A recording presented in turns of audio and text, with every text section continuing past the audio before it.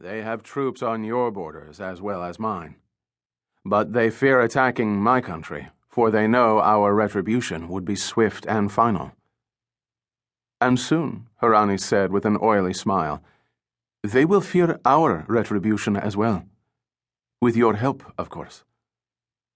Kim's smile matched that of the Syrian. These two men, from different sides of the globe, were kindred spirits, devout haters of all things Western. They were defined by this hate, shaped and molded through years of indoctrination. It didn't matter that one worshipped a bent view of a noble religion and the other a warped faith in the infallibility of the state. The results were the same. They saw beauty in savagery and found inspiration in chaos. We have arranged transportation for your delegation to the Munchan Naval Base near Osan on the eastern coast, General Kim told Harani. Will your pilots need accommodations in Pyongyang? That is most generous, General. Harani stroked his mustache again. But the aircraft is needed back in Damascus as soon as possible. One of the pilots slept most of the way here so he can fly back to Syria. If you could arrange for refueling, I would like them to leave immediately. As you wish. General Kim spoke to a subaltern, who passed the order to the head of the security detail. As Harani's two assistants finished unloading their luggage, a fuel tanker arrived and workers began to unreel the hose. The car was a Chinese-made limousine with at least 200,000 miles on the odometer. The seats sagged deep enough to almost swallow the slightly built North Korean general, and the interior reeked of cigarettes and pickled cabbage.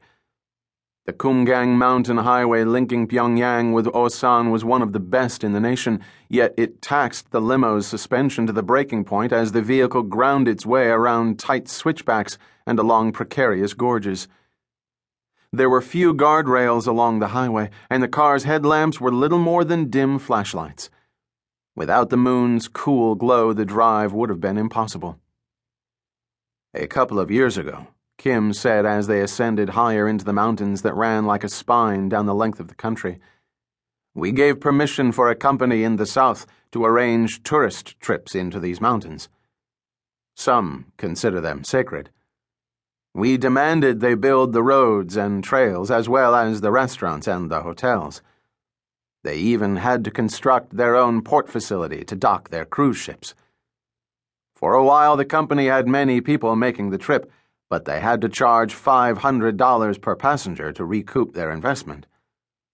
The pool of nostalgia seekers turned out to be a small one, and business quickly dropped off, especially after we posted guards along the routes and harassed the tourists any way we could. They no longer come here, but they are still paying us the $1 billion they guaranteed our government. This elicited a smile from Colonel Harani, the only Syrian who spoke English. The best part, Kim went on, is that their hotel is now an army barracks, and their port is the home to a Najin-class corvette. This time, Harani laughed aloud. 2 hours after leaving the airfield, the limousine finally descended the Kumgang Mountains and crossed the coastal plain, swinging around to the north of Osan, and arrived at the outer perimeter fence for the Munchan Naval Base. Guards saluted the limo through the gate, and the car crawled across the facility, passing several impressive maintenance buildings and over a half-mile of wharf space. 4 sleek gray patrol craft were tied to the quay, and a single destroyer lay at anchor in the mile-square inner harbor, white smoke from its stack coiling into the night. The driver swung around a rail-mounted derrick and parked alongside a 400-foot cargo ship at the end of the wharf. The Asia Star, General Kim announced. Colonel Harani checked his watch. It was 1 a.m. And when do we sail? The tides are mild here in Yonghungman Bay, so you can leave any time.